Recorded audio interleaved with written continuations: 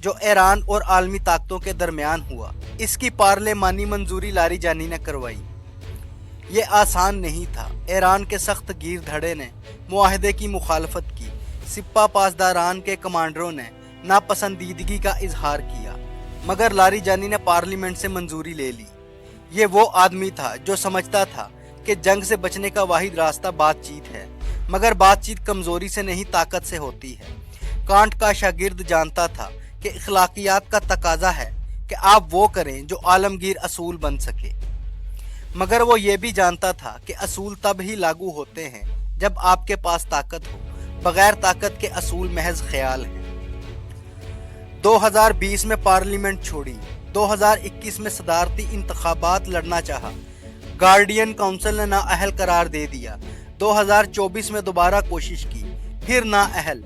تجزیہ کاروں کا کہنا ہے کہ 2021 میں ابراہیم رئیسی کے لیے میدان صاف کیا گیا، لاری جانی کو ہٹایا گیا تاکہ رئیسی جیتے، مگر لاری جانی ہٹا نہیں۔ ایکسپیڈنسی ڈسرنمنٹ کونسل کا رکن رہا، سپریم کلچرل ریولیوشن کونسل کا رکن رہا، اور سب سے اہم بات، خامنائی کے قریب ترین مشیر رہا۔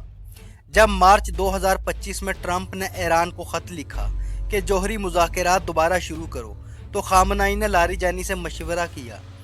لاری جانی نے عوامی طور پر کہا، اگر امریکہ یا اسرائیل نے حملہ کیا تو ایران کے پاس جوہری ہتھیار بنانے کے سوا کوئی چارہ نہیں رہے گا۔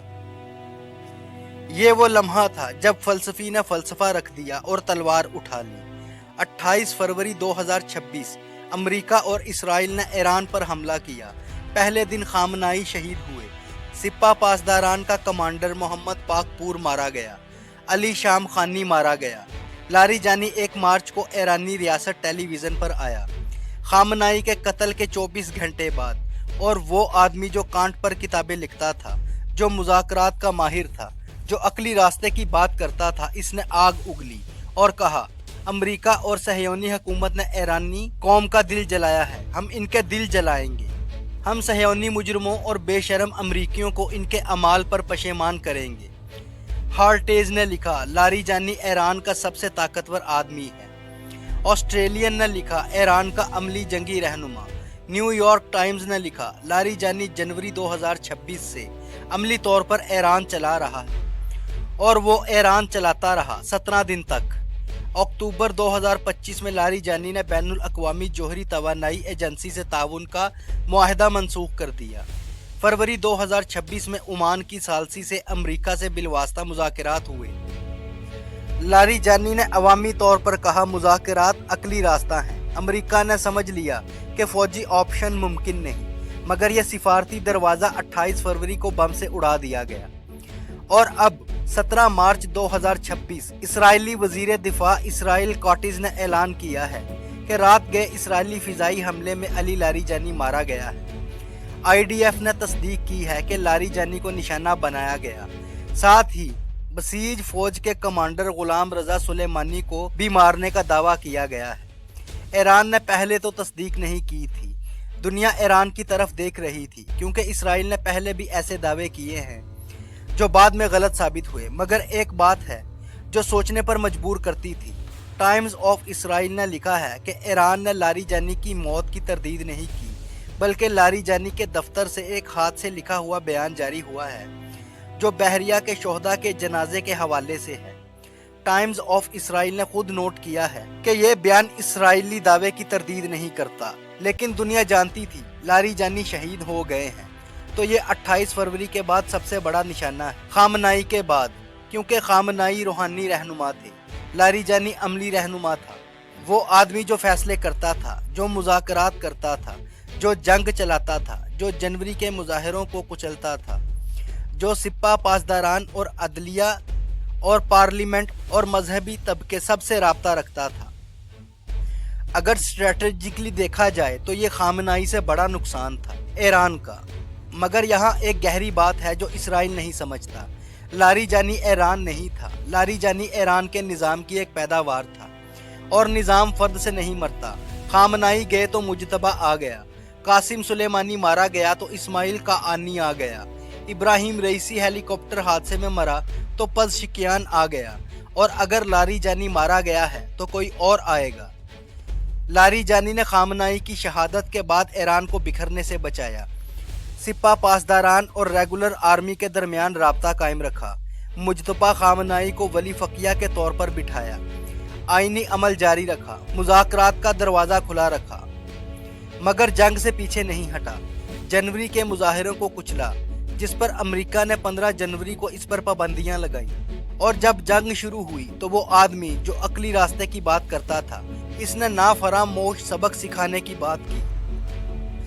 لاری جانی نے اپنا کام کر دیا تھا، وہ شہید ہو گئے تو بھی ایران کا نظام اس کے بغیر بھی چلے گا، کیونکہ لاری جانی نے وہ ڈھانچہ کھڑا کر دیا تھا جو اب کسی ایک شخص پر منحصر نہیں۔ خامنائی نے 3 ممکنہ جانشینوں کے نام رکھے تھے۔ مجتبی بیٹھ چکا ہے، پزشکیان صدر ہے، فوج لڑ رہی ہے، میزائل چل رہے ہیں، حرمز بند ہیں، اور پھر 18 مارچ یعنی اگلے دن ایران نے خود اعلان کر دیا علی لاری جانی شہید ہو چکے ہیں۔ وہ آدمی جو چند دن پہلے تک ایران کا سب سے طاقتور چہرہ تھا، جو جنگ چلا رہا تھا، جو فیصلے کر رہا تھا، اب ایک فضائی حملے میں ختم کر دیا گیا۔ یہ صرف ایک قتل نہیں تھا، امریکہ اور اسرائیل کا ایک پیغام تھا، ایک ایسا پیغام جس میں بتایا گیا ہم تمہارے سب سے اوپر تک پہنچ سکتے ہیں، مگر یہاں کہانی ختم نہیں ہوتی، یہاں سے اصل کہانی شروع ہوتی ہے۔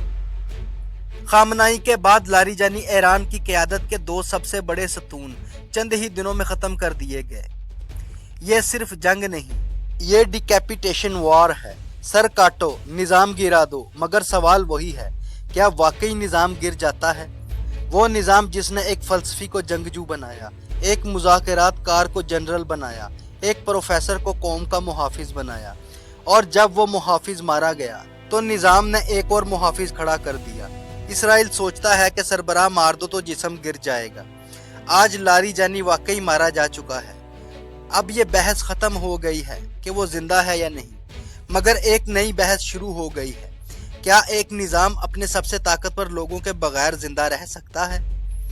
تاریخ کہتی ہے ہاں، ایک سلیمانی جاتا ہے دوسرا آ جاتا ہے، ایک خامنائی جاتا ہے دوسرا بیٹھ جاتا ہے، اور اب لاری جانی گیا ہے تو کوئی اور کھڑا ہوگا۔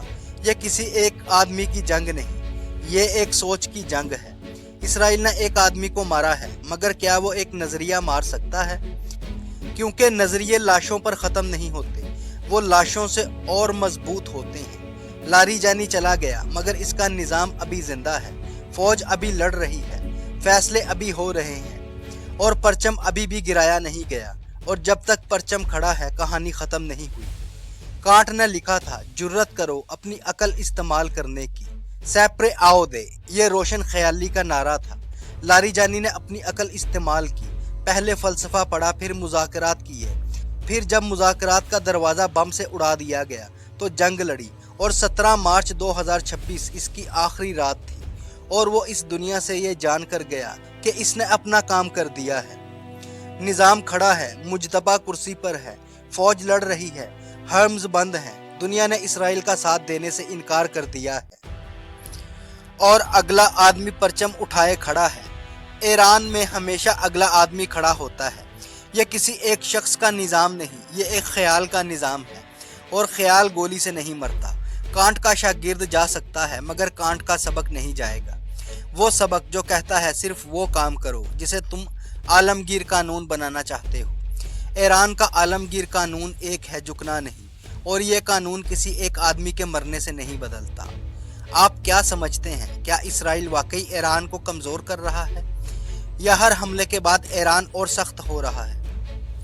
اگر آپ مزید ایسی ویڈیوز دیکھنا چاہتے ہیں تو چینل کو سبسکرائب کریں، ویڈیو کو لائک کریں، اور کمنٹ میں یہ بھی بتائیں، کیا واقعی ایک آدمی کے مرنے سے تاریخ بدل جاتی ہے، یا تاریخ ہمیشہ خود کو دوبارہ کھڑا کر لیتی ہے؟ ملتے ہیں نیکسٹ ویڈیو میں، تب تک کے لیے اللہ حافظ۔